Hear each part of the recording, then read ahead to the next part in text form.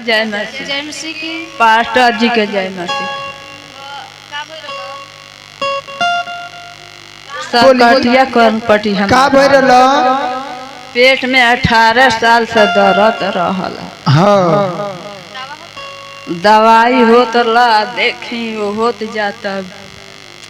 Operation करावे गई हम 2 हला। हाँ तम को ही राई। हाँ हाँ एक बेर गई तो कोई डाले डॉक्टर जे खून नहीं खे तो लौटा दहले कहले जे खिया पिया के खून हो जाए तो लेके फिर बाद में गई तो लौटा दहले कहले जे हमारा बस के नहीं खे से गोरखपुर जा। गोरखपुर जाए खातिर के रिपोर्ट बना दहले तो हम आके घरे मन मान के बैठ गई। हाँ तो भतीजी हमारे यही जब बाड़ी सिसवा बाजार वह फोन कैली कहली जे फुआ तू कहीं न तो जाए यही जाव तो यही जावतानी हम 3-4 महीना हो गए। आ उ बीमारी रहल तो मैं शर्म लागता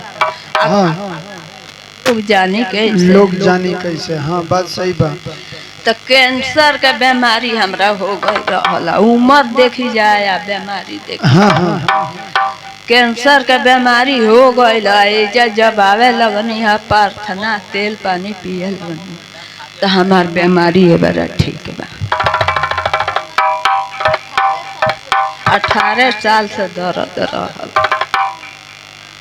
चली जा दोनों हाथ उठा के जोरदार ताली से परमेश्वर के धन्यवाद करिए। Hallelujah hallelujah.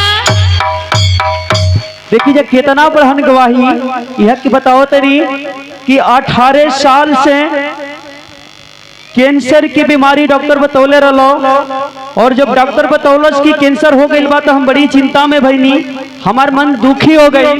लेकिन ओकरे बाद जब प्रभु के भवन के बारे में पता चल कि प्रभु के नाम से ही चर्च लगेला और हम आवे लगनी और प्रभु से अपन दुख सुनावे लगनी और प्रभु से विनती करे लगनी। आज हम 18 साल से जौन बीमारी हमारे शरीर में डॉक्टर बतौले रहे वो बीमारी से आज हम प्रभु के महिमा से और कृपा से आजाद बनी जोने के गवाही देनी है। दोनों हाथ उठा के जोरदार तालियों से खुदा बनी यहोवा का धन्यवाद करे। हालेलुया। हो अरे बरहा बरी तबा से तंग रहली नारी दया जब कैली छोड़वनी बीमारी। बरहा बरी तबा से तंग रहली नारी दया जब कैली छोड़वनी बीमारी। बरहा बरी तबा से तंग रहली नारी कैली विश्वास तो छोड़वनी बीमारी।